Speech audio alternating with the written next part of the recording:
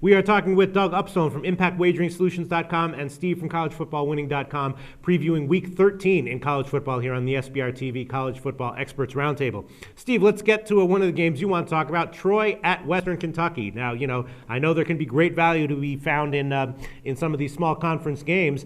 My guess is you're going to take Western Kentucky here. Just looking at it very quickly, Western Kentucky, it wasn't too long ago they were one of the worst teams in football. Now if they beat Troy, they're probably going to get a bowl bid, which would be the first time in their history that they get it. So there is kind of a buzz on that team. Troy's been sort of sluggish. I'm thinking you're going to say you like Western Kentucky -6, although it did open at 7, so that's some curious movement, at least initially. What's your take on this game?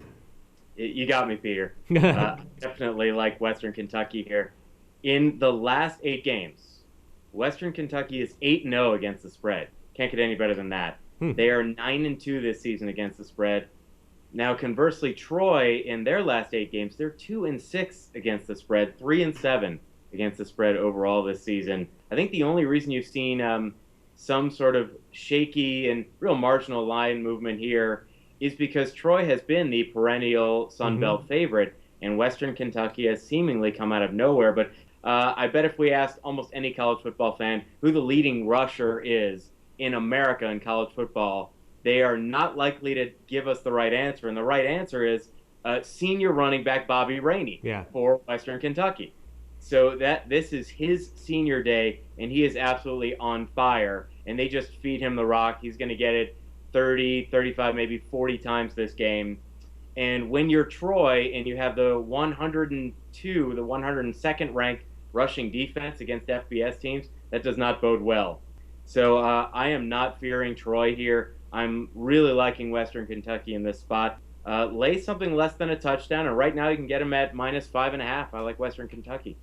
Yeah, 5.5. I mean, that is the way I see this game, and I'm just sort of confused by why this line movement would be happening. But I don't know. Maybe we'll hear something later in the week. Doug Upstone, what's your take on this line? Do you have any opinion at all?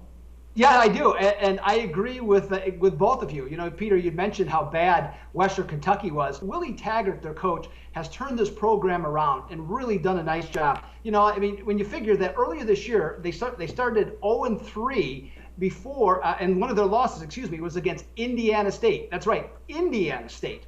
So in that case, they were really struggling. But when they played Arkansas State as 12.5-point underdogs, they lost the game, but covered in a 26-22 game. Now, in Western Kentucky's, in what they're doing, they're 14-3 against the spread in conference games under their coach, and they're also 11-2 against the number the last 2 years when facing a losing team. I agree with both of you completely.